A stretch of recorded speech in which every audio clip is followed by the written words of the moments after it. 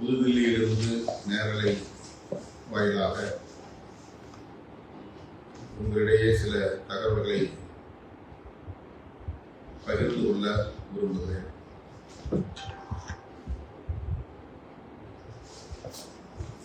வருகிற ஜூன் 30 மேலவளவு போராளிகளின் வீர வணக்க நாள். மதுரை மற்றும் மதுரையை சுற்றியுள்ள மாவட்டங்களை சார்ந்த முன்னணி பொறுப்பாளர்கள் வழக்கம் போல அந்த நிகழ்வில் பங்கேற்பதற்கான ஏற்பாடுகளை தீவிரப்படுத்தி வருகின்றனர்.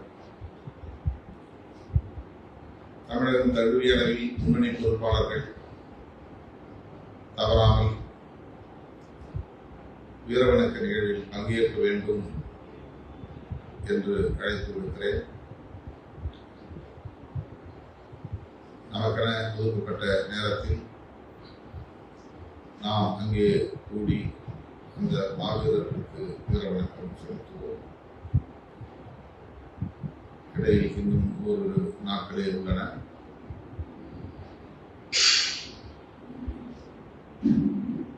மதுரை மாவட்டத்தை சார்ந்த தோழர்கள் மட்டுமே பங்கேற்றால் போதும் என்று கருதாமல்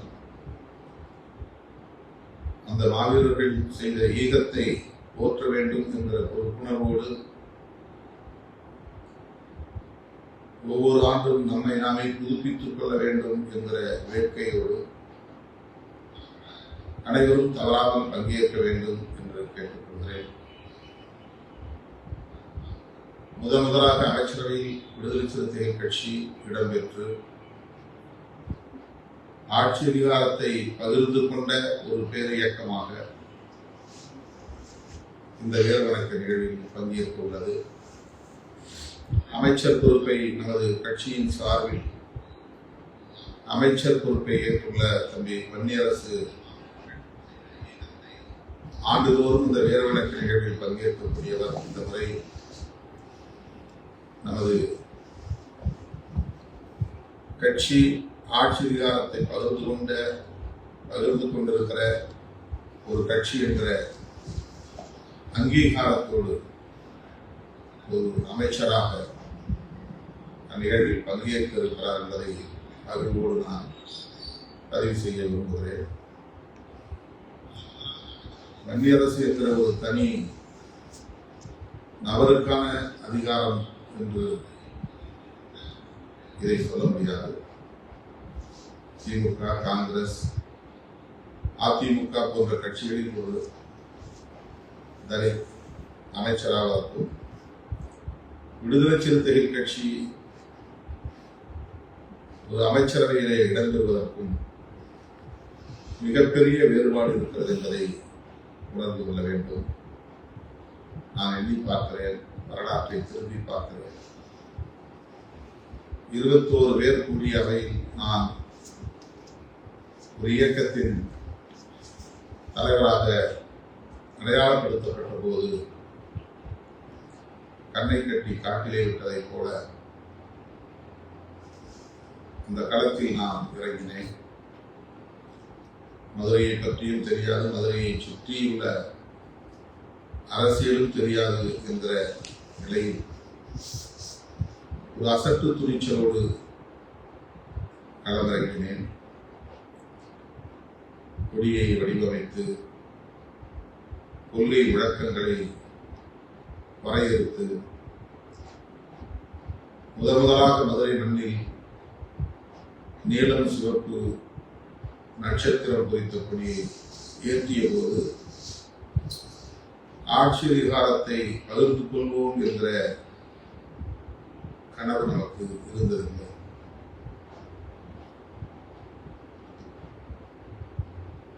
இன்றைக்கு 30 ஆண்டுகளை கடந்து 35 ஆண்டுகளை கடந்து இந்த களத்தில் நாம் தாக்குப்பிடித்திருக்கிறோம்.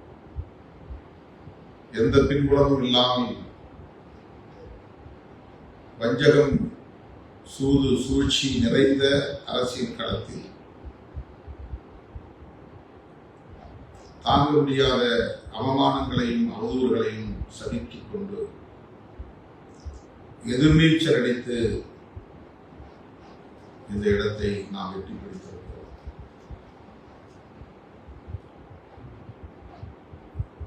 வேறு இயக்கங்களாக இருந்திருந்தால், வேறு சமூகங்களை சார்ந்தவர்களாக இருந்திருந்தால் இதை அளப்பரிய சாதனையாக கொண்டாடி இருப்பார்கள். தோல் மீது தூக்கி வைத்து குதூகலித்திருப்பார்கள். வழக்கம் போல நாம் இந்த களத்திலும் கூட இத்தகைய சாதனையை படைத்த நிலையிலும் கூட புறக்கணிக்கப்படுகிறோம் அல்லது கடுமையாக விமர்சிக்கப்படுகிறோம் என்ற நிலையில் தான் இருக்கும். இந்த புரிதலோடு நம்முடைய பயணத்தை மேலும் நாம் வீரியமாக முன்னெடுத்துச் செல்ல வேண்டிய தேவை உள்ளது.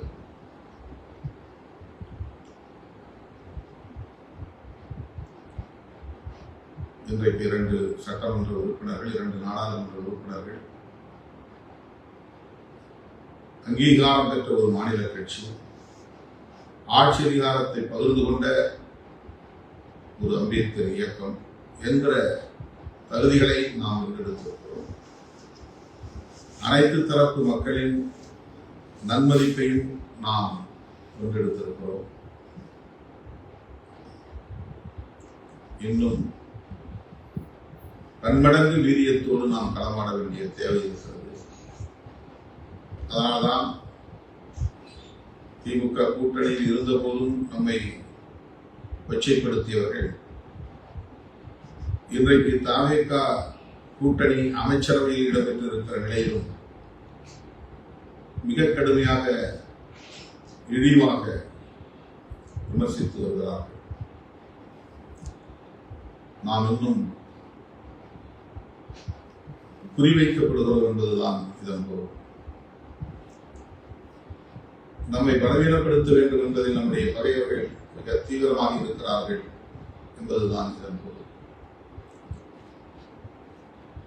இதையெல்லாம் கருத்திலே கொண்டு நாம் நம்முடைய காய்களை நகர்த்த வேண்டும். நம்முடைய களம் வேறு எவராலும் ஆக்கிரமிப்பு செய்ய முடியாத களம், வேறு எவராலும் நம்மை அப்புறப்படுத்திவிட முடியாத களம், வேறு எவராலும் நம்மோடு போட்டி போட முடியாத களம் என்பதை பலமுறை நான் சொல்லியிருக்கிறேன், மீண்டும் சொல்லுகிறேன். எனவே இன்றைக்கு மாறியிருக்கிற, தலைகீழாக மாறியிருக்கிற தமிழக அரசியல் சூழலில் நாம் மீண்டும் மீண்டும் தவிர்க்க முடியாத ஒரு அரசியல் சக்தியாகவே களமாடி வருகிறோம். தீர்மானிக்கிற ஒரு அரசியல் சக்தியாக செயலாற்றி வருகிறோம் என்பதை தோழர்கள் புரிந்து கொள்ள வேண்டும். அந்த பெருமையோடு, அத்தகைய புரிதலோடு, அத்தகைய நம்பிக்கையோடு மேலவளவில் கூடுவோம். 30ஆம் தேதி தோழர்கள் அணிதிரண்டு வர வேண்டும் என்று அறைகூறி அழைக்கிறேன். அடுத்து ஜூலை 5ஆம் தேதி நாம் ஆண்டுதோறும் நடத்துகிற விருதுகள் வழங்கும் விழா வழக்கம் போல அது வெற்றிகரமாக அமைய வேண்டும். அனைத்து தோழர்களும் தவறாமல் பங்கேற்க வேண்டும். நாம் நடத்துகிற விழாக்கள் வெறும் ஆரவாரம், அலங்காரம் நிறைந்ததாக இருக்காது. அது அரசியல் வகுப்பு நடத்துகிற ஒரு வகுப்பறையாகத்தான் இருக்கும். கொள்கை கோட்பாடுகளை உரத்து பேசுகிற ஒரு களமாகத்தான் இருக்கும். ஆகவே ஏதோ ஒரு கொண்டாட்டத்திற்கு செல்கிறோம் என்று நம்முடைய விழாக்களை யாரும் நினைத்ததை நினைக்க வேண்டாம். விருதுகள் வழங்கும் விழா என்பதனால் அதில் விருது பெறுவது பாராட்டுகிற ஒரு நிகழ்வு அல்லது கட்சி தலைவரை போற்றுகிற ஒரு நிகழ்வு என்று இதுவரையில் அமைந்ததில்லை, எப்போதும் அமையாது.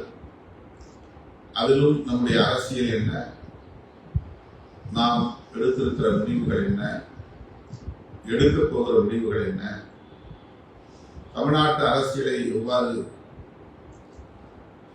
எந்த திசைவழியில் முன்னெடுத்து செல்ல வேண்டும் என்பதை விரிவாக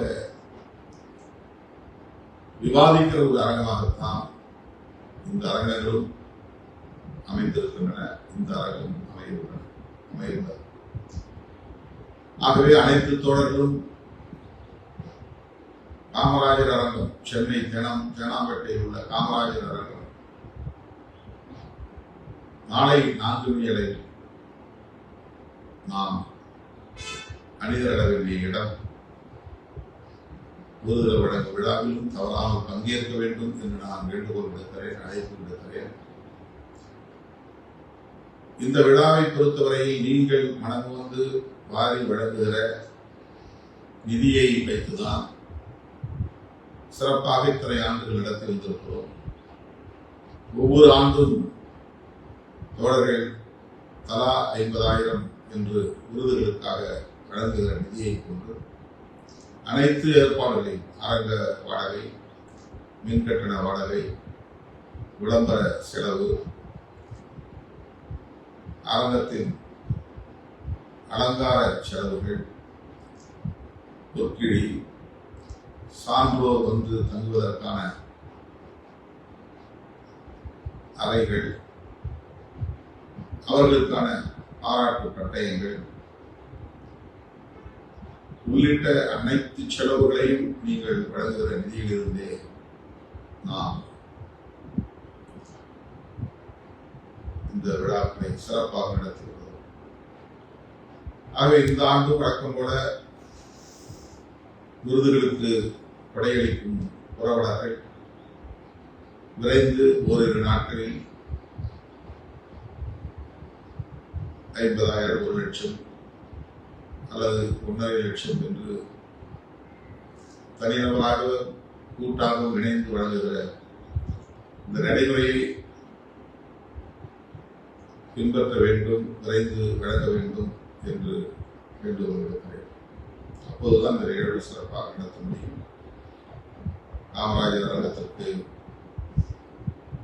முன்பணம் தான் செலுத்தியிருக்கிறோம். நள்ளிரவை தாண்டினால் அதனுடைய வாடகையை அவர்கள் உயர்த்துவார்கள், முன் கட்டணத்தை உயர்த்துவார்கள். ஆகவே இயக்க தோழர்கள் வழக்கம் போல விருதுகள் வழங்கும் விழாவுக்கு படையளிக்கும் புரவலர்கள், புதிதாக வழங்க விரும்பும் தோழர்கள் வழங்க வேண்டும். அவர்கள் ஒவ்வொருவரின் பெயரும் அந்த அரங்கில் வாசிக்கப்படும் என்பதையும் தெரிவித்துக் கொள்கிறேன். அடுத்து முக்கியமான அறிவிப்பு, ஆகஸ்ட் 17 தமிழர் எழுச்சி நாள். இந்த ஆண்டு பிறந்த நாள் விழா என்பது மட்டுமே இல்லாமல் தமிழ் தேசிய எழுச்சி மாநாடு நடத்த இருக்கிறோம். விடுதலை சிறுத்தைகள் முன்மொழியும் முதன்மையான 5 கொள்கை முழக்கங்களும் தமிழ் தேசியமும் சாதி ஒழிப்பு, தமிழ் தேசியம், மகளிர் விடுதலை, பாட்டாளி வர்க்க விடுதலை, ஏகாதிபத்திய எதிர்ப்பு என்ற இந்த 5 வகை கோட்பாடுகளை நம்முடைய வியூகங்களுக்கான உத்திகளாக, போராட்டங்களுக்கான களங்களாக பார்க்கிறோம். வெறும் மேடைகளில் பேசுகிற வெறும் கொள்கை முழக்கங்கள் அல்ல. இவற்றையெல்லாம் களங்களாக கொண்டு நாம் சாதிக்கவிருக்கிற அல்லது எட்டி பிடிக்கவிருக்கிற இலக்கு எது என்பதை உறுதிப்படுத்துவதற்கான முழக்கங்கள் என்பதை மறந்துவிடக்கூடாது. சாதி ஒழிப்பு ஒரு மகத்தான கோட்பாடு என்றால், தமிழ் தேசியம் என்பதும் அத்தகைய முக்கியத்துவம் வாய்ந்த ஒரு மகத்தான கோட்பாடு. மொழிவழி தேசியம் என்பதை தமிழ்நாட்டை பொறுத்தவரை தமிழ் தேசியம் என்று நாம் அடையாளப்படுத்துகிறோம். நம்முடைய இயக்கம் தென்னிந்தியா முழுவதும் பரவி வருகிறது. கன்னடம் பேசக்கூடிய மக்களிடையே, தெலுங்கு பேசக்கூடிய மக்களிடையே, மலையாளம் பேசக்கூடிய மக்களிடையே இன்றைக்கு ஒரு நம்பிக்கைக்குரிய இயக்கமாக வளர்ந்து வருகிறது. ஆகவே கன்னட தேசியம், தெலுங்கு தேசியம், மலையாள தேசியம், தமிழ் தேசியம் என்கிற இவற்றைத்தான் நாம் மொழிவழி தேசியம் என்று குறிப்பிடுகிறோம். அதிலே நம்முடைய இயக்கம் தமிழ்நாட்டில் அங்கீகாரம் பெற்ற ஒரு அரசியல் கட்சியாக இருக்கிற நிலையில் தமிழ் தேசியம் என்ற அந்த கோட்பாட்டுக்கும் முன்னுரிமை அளித்து அதை பொதுவாக மக்களிடத்திலே கொண்டு போய் சேர்க்க வேண்டும், பரப்ப வேண்டும், வலுப்பெற செய்ய வேண்டும். எழுச்சியை, தேசிய இன எழுச்சியை உருவாக்க வேண்டும் என்கிற அடிப்படையில் கடந்த காலங்களில் எத்தனையோ பல மாநாடுகளை நாம் நடத்தியிருக்கிறோம். தமிழர் இறையாண்மை மாநாட்டை நடத்தியிருக்கிறோம். எழும் தமிழீழம் என்கிற ஈழ விடுதலை ஆதரவு மாநாட்டை நாம் நடத்தியிருக்கிறோம். இவையெல்லாம் மொழிவழி தேசியத்தை நாம் எந்த அளவுக்கு உயர்த்தி பிடிக்கிறோம் என்பதற்கான அடையாளங்கள். அந்த வரிசையில் மேலும் ஒரு மைல்கல் என்கிற வகையில தமிழ் தேசிய எழுச்சி மாநாட்டை மே 17 நடத்துவதாக நாம் ஏற்கனவே தேர்தலுக்கு முன்னதாகவே அறிவித்திருந்தோம். தேர்தல் முடிவுகள் நம்முடைய நிலைப்பாடுகளில் நிறைய மாற்றங்களை ஏற்படுத்தும் நெருக்கடியை உருவாக்கி இருக்கிறது. அத்தகைய சூழலில் தான் அந்த மாநாட்டை திட்டமிட்டவாறு மே 17 என்று நம்மால் நடத்த இயலவில்லை. ஆகவே தற்போது ஆகஸ்ட் 17 தமிழர் எழுச்சி நாளை முன்னிட்டு தமிழ் தேசிய எழுச்சி மாநாடாகவே நடத்தியிருக்கிறோம். இதனையொட்டி நான் வழக்கம் போல மண்டல வாரியாக செயற்குழு கூட்டங்களை ஒருங்கிணைத்து அவற்றில் பங்கேற்க எண்ணியுள்ளேன். கடந்த வாரம் நான் நேரலையில் பேசும்போது அல்லது ஒரு நிகழ்வில் பேசும்போது கூறியிருந்தேன், ஜூலை 10 முதல் ஜூலை 20க்குள்ளாக இந்த சுற்றுப்பயணத்தை நான் மேற்கொள்ள இருக்கிறேன் என்று கூறியிருந்தேன். அந்த சுற்றுப்பயண விவரத்தை இப்போது நான் அறிவிக்க இருக்கிறேன். அதன்படி இயக்க தோழர்கள், மண்டல மாவட்ட பொறுப்பாளர்கள் ஒருங்கிணைந்து உரிய ஏற்பாடுகளை செய்ய வேண்டும் என்று கேட்டுக்கொள்கிறேன். ஜூலை 10ஆம் தேதி காஞ்சிபுரம், ஜூலை 11ஆம் தேதி திருவண்ணாமலை, ஜூலை 14ஆம் தேதி சிதம்பரம், ஜூலை 15ஆம் தேதி திருச்சிராப்பள்ளி, ஜூலை 16 மதுரை, 17 திருநெல்வேலி, 20 திருப்பூர். 7 நாள் நிகழ்வுகளாக இவற்றை நாம் ஒருங்கிணைத்திருக்கிறோம். அத்தனை நிகழ்வுகளும் மாலை 4 மணி, அதாவது 3 மணி என்று அறிவிப்பு செய்து நாம் 6 மணிக்குள்ளாக அதை நிறைவு செய்திருக்கிறோம். 3 மணி முதல் 6 மணி வரை எல்லா நிகழ்வுகளும் மாலையில் தான் நடைபெறும். காஞ்சிபுரம் என்று நான் சொல்லியிருப்பது காஞ்சிபுரம் மாவட்டம் என்று பொருளில்லை, காஞ்சிபுரம் நாடாளுமன்ற தொகுதி. இது மண்டல வாரியாக காஞ்சிபுரம், வட சென்னை, மைய சென்னை, தென் சென்னை, திருவள்ளூர், திருப்பெரும்புதூர், அரக்கோணம் ஆகிய 7 நாடாளுமன்ற தொகுதிகளை சார்ந்த மண்டல பொறுப்பாளர்கள், மாவட்ட பொறுப்பாளர்கள் ஒருங்கிணைந்து இந்த மண்டல செயற்குழு கூட்டத்தை ஏற்பாடு செய்ய வேண்டும். நடைபெறும் இடம் காஞ்சிபுரம், நேரம் மாலை 3 மணி. அங்கே அரங்கம் ஏற்பாடு செய்ய வேண்டும். வட சென்னையிலிருந்தும், மைய சென்னையிலிருந்தும், தென் சென்னையிலிருந்தும், திருவள்ளூரிலிருந்தும், திருப்பெரும்புதூரிலிருந்தும், அரக்கோணத்திலிருந்தும், நான் சொல்வதெல்லாம் நாடாளுமன்ற தொகுதி. திருவள்ளூர் என்றால் திருவள்ளூர் ரெவென்யூ மாவட்டம் அல்ல, திருவள்ளூர் நாடாளுமன்ற தொகுதி, திருப்பெரும்புதூர் நாடாளுமன்ற தொகுதி, அரக்கோணம் நாடாளுமன்ற தொகுதி. அதற்குள் அடங்குகிற 6 சட்டமன்ற தொகுதிகளை சார்ந்த தொகுதி மாவட்ட பொறுப்பாளர்கள். 742 சட்டமன்ற தொகுதிகளை சார்ந்த தொகுதி மாவட்ட பொறுப்பாளர்கள் அனைவரும், துணைநிலை அமைப்புகளை சார்ந்த பொறுப்பாளர்கள் அனைவரும் அந்த செயற்குழு கூட்டத்தில், மண்டல செயற்குழு கூட்டத்தில் பங்கேற்க வேண்டும். 11ஆம் தேதி திருவண்ணாமலை, நடைபெறும் இடம் திருவண்ணாமலை, நேரம் மாலை 3 மணி. அதில் பங்கேற்க இருக்கிற மண்டலங்கள், அதாவது நாடாளுமன்ற தொகுதிகள்: திருவண்ணாமலை நாடாளுமன்ற தொகுதி, தருமபுரி நாடாளுமன்ற தொகுதி, கிருஷ்ணகிரி நாடாளுமன்ற தொகுதி, ஆரணி நாடாளுமன்ற தொகுதி, வேலூர் நாடாளுமன்ற தொகுதி, சேலம் நாடாளுமன்ற தொகுதி 36 சட்டமன்ற தொகுதிகளை சார்ந்த மாவட்ட பொறுப்பாளர்கள், துணைநிலை அமைப்புகளின் பொறுப்பாளர்கள் அனைவரும் அதில் பங்கேற்க வேண்டும். நடைபெறும் இடம் திருவண்ணாமலை அரங்க நிகழ்ச்சி. மாலைதான் 12ஆம் தேதி தருமபுரியில் ஒரு திருமண நிகழ்ச்சி. ஆகவே 12, 13 இடைவெளி. மண்டல செயற்குழு இல்லை. நான் 12 மாலை சென்னை திரும்ப வேண்டும். 13 நான் சென்னையில் இருக்கிறேன். 14ஆம் தேதி மறுபடியும் சுற்றுப்பயணம் மேற்கொள்கிறேன். 4 நாட்கள் தொடர்ச்சியாக 14, 15, 16, 17 என்று 4 நாட்கள் இந்த மண்டல செயற்குழு கூட்டங்களுக்கான பயணத்தை மேற்கொள்ள இருக்கிறேன். 14ஆம் தேதி சிதம்பரம், விழுப்புரம், கடலூர், கள்ளக்குறிச்சி, மயிலாடுதுறை, நாகை.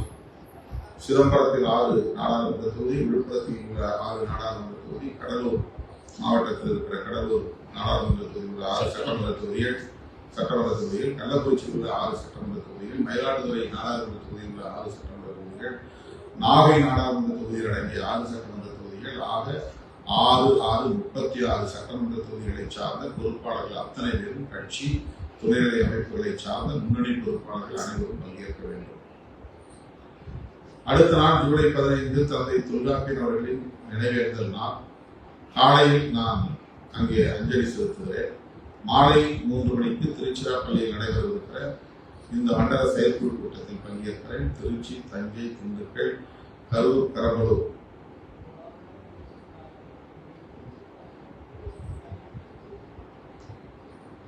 இந்த மாவட்டங்களை, அதாவது நாடாளுமன்ற தொகுதிகளை சார்ந்த 24 சட்டமன்ற தொகுதிகளை சார்ந்த பொறுப்பாளர்கள் பங்கேற்க வேண்டும்.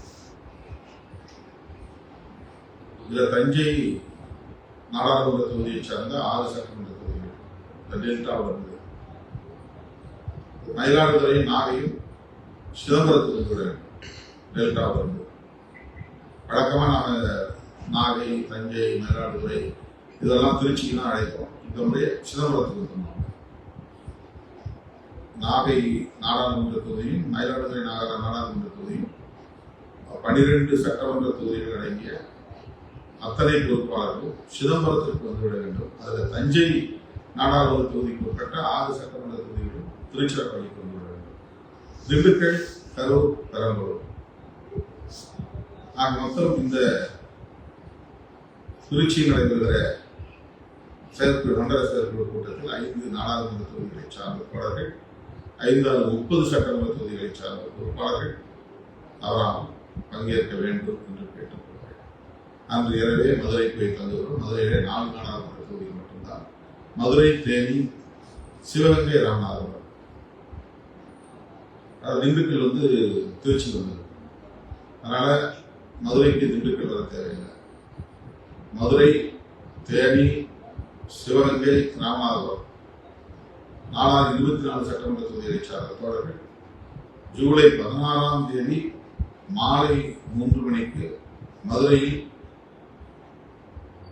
பங்கேற்க வேண்டும். 17ஆம் தேதி திருநெல்வேலி, தூத்துக்குடி, தென்காசி, கன்னியாகுமரி, விருதுநகர், அந்த தெற்க மிச்சம் இருக்கிற 5 நாடாளுமன்ற தொகுதி, 30 சட்டமன்ற தொகுதிகள். திருநெல்வேலியில் இதற்கான கூட்டம் ஒருங்கிணைக்கப்பட வேண்டும். அரங்க கூட்டம் தான் மாலை 3 மணிக்கு. அதன் பின்னர் நான் சென்னை திரும்புகிறேன். 18, 19 இடைவெளி வேறு ஒப்புக்கொண்ட நிகழ்ச்சிகள் உள்ளன. கடைசியாக நிறைவாக 20ஆம் தேதி மேற்கு மாவட்டங்களுக்கான மண்டல செயற்குழு கூட்டம். திருப்பூர், நாமக்கல், ஈரோடு, கோவை, நீலமலை, பொள்ளாச்சி ஆகிய 6 நாடாளுமன்ற தொகுதிகளுக்கான 36 சட்டமன்ற தொகுதிகளுக்கான பொறுப்பாளர்கள் பங்கேற்க வேண்டும். இந்த மண்டல செயற்குழு கூட்டம். தமிழ் தேசிய எழுச்சி மாநாட்டுக்கான செயற்குழு கூட்டம். அதன் பிறகு நமக்கு இருப்பது வெறும் 20-25 நாட்கள் தான். 3 வாரம் தான் இடைவெளி. தமிழ்நாடு மட்டுமல்ல, இந்தியாவை திரும்பி பார்க்கக்கூடிய வகையிலான மாநாடாக இந்த மாநாடு அமைய வேண்டும். இப்போதே சுவர் விளம்பரங்களுக்கு தோழர்கள் உரிய ஏற்பாடுகளை செய்ய வேண்டும். அதே போல துண்டறிக்கைகள் மாநாட்டை ஒட்டி ஆங்காங்கே அச்சிட்டு வழங்கப்பட வேண்டும். வண்டி வாகனங்களை பதிவு செய்வது, முன்பதிவு செய்வது இப்போதே தொடங்க வேண்டும். இதற்கு தனியே மேலிட பொறுப்பாளர்கள் என்று யாரையும் நாம் நியமிக்கவில்லை. மண்டல பொறுப்பாளர்கள், மாவட்ட பொறுப்பாளர்கள் இணைந்து செயல்பட வேண்டும், அவ்வளவுதான். ஆனால் மாநாட்டுக்கென 5 குழுக்களை தற்போது அறிவிக்க இருக்கிறோம். இதில் சில உறுப்பினர்களை நாம் அறிவிக்க உள்ளோம். அதன் அடிப்படையில் இவர்கள் வழக்கம் போல மாநாட்டு வெற்றிக்காக பாடுபட வேண்டும். மாநாட்டை ஒட்டுமொத்தமாக ஒருங்கிணைக்கிற ஒரு தலைமை ஒருங்கிணைப்பு குழு, சென்ட்ரலைஸ்டு கோஆர்டினேஷன் கமிட்டி, கட்சியின் பொதுச் செயலாளர் சிந்தனை செல்வன் தலைமையில் சிந்தனை செல்வன், இளஞ்சேகுவாரா, மோ எல்லாளன், மு கலைவேந்தன், அரிமா தமிழன் புதுச்சேரி, விபி இன்குலாப், தி சா திருமாறன், சஜன்வராஜ், இரா ஆதிமொழி ஆகியோர் தலைமை ஒருங்கிணைப்பு குழுவாக இருந்து பணியாற்றுவார்கள். எல்லா மாநாட்டு பணிகளையும் இவர்கள் ஒருங்கிணைக்கிற, கண்காணிக்கிற, வழிநடத்துகிற பணிகளை மேற்கொள்வார்கள். மாநாட்டு செலவை எதிர்கொள்வதற்கு வழக்கம் போல நிதி திரட்டி ஆக வேண்டும். இந்த நிதியை திரட்டுவதற்குரிய பணிகளை மேற்கொள்ள நிதிக்குழு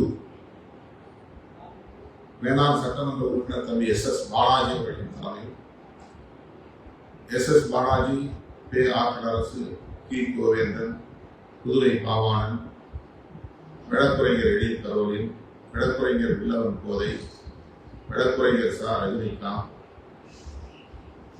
ஆரா அப்துல் ரஹ்மான், நா செல்லதுரை ஆகியோர் நியமிக்கப்பட்டுள்ளனர். மாநாட்டு மலர்குழு, இந்த மாநாட்டுக்கான ஒரு சிறப்பு கருத்தியல் மலரை நாம் கொண்டு வர இருக்கிறோம். நம்முடைய கருத்தியல், தமிழ் தேசியம் தொடர்பான கருத்தியல் எந்த அளவுக்கு அறிவியல் பூர்வமாக செழுமைப்படுத்த முடியுமோ, எது தமிழ் தேசியம், தமிழ் தேசியம் எவ்வாறு வென்றெடுக்கப்பட வேண்டும், தமிழ் தேசியத்தின் வகை சக்திகள் யார், பிற தேசிய இனங்களோடு தமிழ் தேசிய இனம் எவ்வாறு நல்லுறவை பேணி பாதுகாக்க வேண்டும், தேசிய அளவில் தேசிய இனங்களுக்கான ஒரு ஐக்கியத்தை எவ்வாறு கட்டமைக்க முடியும், மதவழி தேசியவாதத்திற்கும் தமிழ் தேசியத்திற்கும் என்ன வேறுபாடு போன்றவற்றை எல்லாம் விரிவாக விவாதிக்கிற கட்டுரைகள் அடங்கிய, கவிதைகள் அடங்கிய ஒரு கருத்தியல் மலர்குழுவை நாம் உருவாக்கி இருக்கிறோம். தோழர் ரவிக்குமார், கட்சியின் பொதுச் செயலாளர், நாடாளுமன்ற உறுப்பினர் அவர்களின் தலைமையில் ரவிக்குமார், தம்பி வன்னியரசு, கௌதம் சன்னா, வே கனியமுதன், கி இளமாறன், வழக்குரைஞர் பே தமிழியன், பூவிழியன் ஆகியோர் இந்த குழுவில் இடம்பெறுகிறார்கள். இன்றே அவர்கள் இதற்கான பணிகளை தொடங்குவார்கள். மிக அருமையான ஒரு கருத்தியல் பெட்டகமாக இந்த மலர் அமைய வேண்டும் என்று நான் விரும்புகிறேன். அடுத்து ஊடக ஒருங்கிணைப்பு குழு. ஊடகப் பணிகள் அனைத்து வகையான ஊடகங்களிலும், பிரிண்ட் மீடியா, விஷுவல் மீடியா மற்றும் டிஜிட்டல் மீடியா ஆகிய அந்த களங்களில் இந்த மாநாடு குறித்த விளம்பரங்களை கொண்டு போய் சேர்ப்பது, இது தொடர்பான விவாதங்களை யூடியூப் சேனல்களில் முன்னெடுப்பது, மாநாட்டின் போதும் மாநாட்டுக்கு பிறகும் இவற்றையெல்லாம் தேசிய அளவிலான ஊடகங்களிலும் செய்திகளாக இடம்பெறச் செய்வது போன்ற அரும் பணிகளை மேற்கொள்ள மேனாள் சட்டமன்ற உறுப்பினர் தம்பி ஆலூர் ஷானவாஸ் தலைமையில் இந்த குழு அமைக்கப்படுகிறது. ஆலூர் ஷானவாஸ், கூக்கா பாவலன், பன்னீர்தாஸ், சிவி சந்தர், நீல சந்திரகுமார், ஆகியோர் இந்த ஊடக ஒருங்கிணைப்பு குழுவிலே இடம்பெறுகிறார்கள். இவையன்றி வரவேற்பு குழு நம்முடைய மாநாட்டில் சிறப்பு விருந்தினர்கள் பங்கேற்பதா இல்லையா, அப்படி பங்கேற்பதாக இருந்தால் தலைமை ஒருங்கிணைப்பு குழு காட்டுகிற நெறிமுறைப்படி இந்த குழுவில் இடம்பெற்றிருப்பவர்கள் மாநாட்டில் பங்கேற்க உள்ள சிறப்பு விருந்தினர்கள் அனைவரையும் ஒருங்கிணைப்பு பணி, அவர்களை வரவேற்பு பணி, அவர்களை தங்க வைப்பது, அவர்களுக்கு பாதுகாப்பு அளிப்பது, அவர்களை மாநாட்டுக்கு அழைத்திருந்து அவர்களை பாதுகாப்பாக திரும்ப அனுப்பி வைப்பது போன்ற பணிகளோடு வேறு சில பணிகளையும் இவர்கள் மேற்கொள்ள இருக்கிறார்கள். தகடூர் தமிழ்ச்செல்வன் தலைமையில் இந்த வரவேற்பு குழு அமைக்கப்படுகிறது. தகடூர் தமிழ்ச்செல்வன் சட்டமன்ற உறுப்பினர் LEP ஜோதிமணி, இரா நச்சோனை, மேனாள் சட்டமன்ற உறுப்பினர் அப்துல் நாசர், வடக்குறைஞர் பார்வேந்தன், ஜே குணவடகன், செங்கை தமிழரசன், குழந்தை தமிழினி ஆகியோர் இந்த வரவேற்பு குழுவில் இடம்பெறுகிறார்கள். இந்த குழுக்கள் மாநாட்டு பணிகளை ஒட்டுமொத்தமாக இந்தந்த களங்களில் இருந்து ஒருங்கிணைப்பார்கள் என்பதை தெரிவித்துக் கொள்கிறேன். இந்த மாநாடு நம்முடைய அரசியல் பயணத்தில் மிக பெரும் தாக்கத்தை ஏற்படுத்துவதாக அமைய வேண்டும். அதற்கு ஏற்ப இந்த குழுக்களில் இடம்பெற்றுள்ள முன்னணி பொறுப்பாளர்கள் தீவிரமாக தங்களது களப்பணிகளை ஆற்ற வேண்டும், இப்போதே அதற்கான முன்னெடுப்பை மேற்கொள்ள வேண்டும் என்று கேட்டுக்கொள்கிறேன். நான் இன்னும் பேச நிறைய இருக்கிறது. இந்த மறுசீரமைப்பு பணிகள் குறித்து, புதிய பொறுப்பாளர்கள் நியமனம் குறித்து உங்களுடைய அடுத்த நேரலையில் பேசுவது என்பதை தெரிவித்துக் கொள்கிறேன்.